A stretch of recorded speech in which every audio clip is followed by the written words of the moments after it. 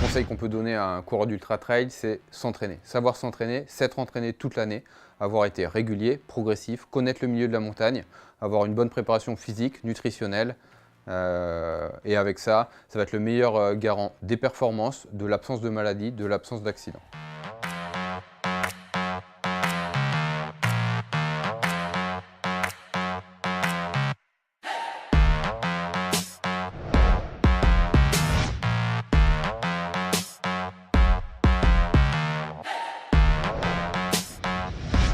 À quelques semaines du Grand Raid, avant tout pour réussir son trail, il faut veiller à être en meilleure santé le jour de la compétition.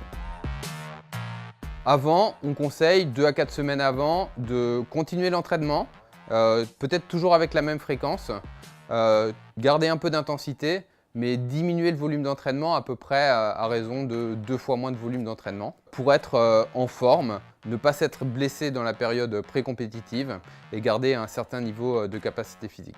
2-3 jours avant, on privilégiera une alimentation riche en glucides, pauvre en fibres. Et surtout pour les coureurs qui nous viennent de métropole ou d'autres pays de climats non tropicaux, il faut veiller à une bonne acclimatation de plusieurs jours qui permettront en fait de pouvoir fournir un effort dans nos climats de forte chaleur et de forte humidité qu'on a à La Réunion. Et ça permettra du coup d'avancer, donc d'être performant et d'éviter pas mal de problèmes médicaux qui peuvent être relativement graves.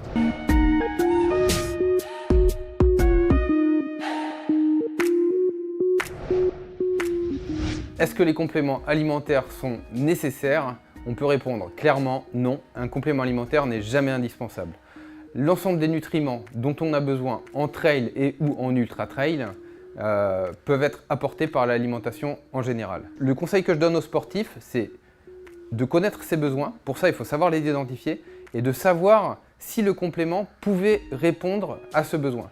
Si jamais c'est le cas, et ça c'est très rarement le cas, du coup, on pourrait éventuellement se regarder les compléments alimentaires. Il faut quand même savoir que certains compléments alimentaires peuvent contenir des substances interdites. Alors oui, avant toute consommation de compléments alimentaires, je conseille d'abord d'avoir vérifié qu'ils puissent répondre à des besoins bien identifiés, de prendre l'avis de professionnels avisés et de préférer les compléments alimentaires qui contiennent un label antidopage.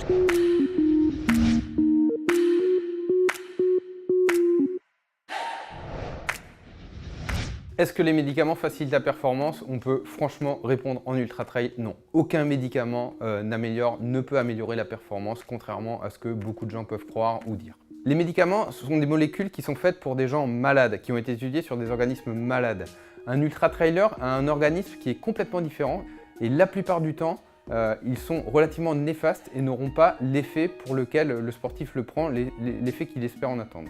Donc avant tout, on prendra, avant toute consommation médicamenteuse, un avis spécialisé par un médecin, un pharmacien, et on s'assurera qu'il ne soit pas interdit par les organismes antidopage, par exemple sur le site de l'Agence française de lutte contre le dopage. Alors les anti-inflammatoires non stéroïdiens ne sont pas sur la liste des substances interdites par les organismes antidopage. Cependant, il faut savoir déjà qu'ils sont complètement et toujours inutiles, je crois qu'on peut le dire, ils ne diminuent pas les douleurs, ils peuvent même diminuer les performances et ils sont relativement néfastes.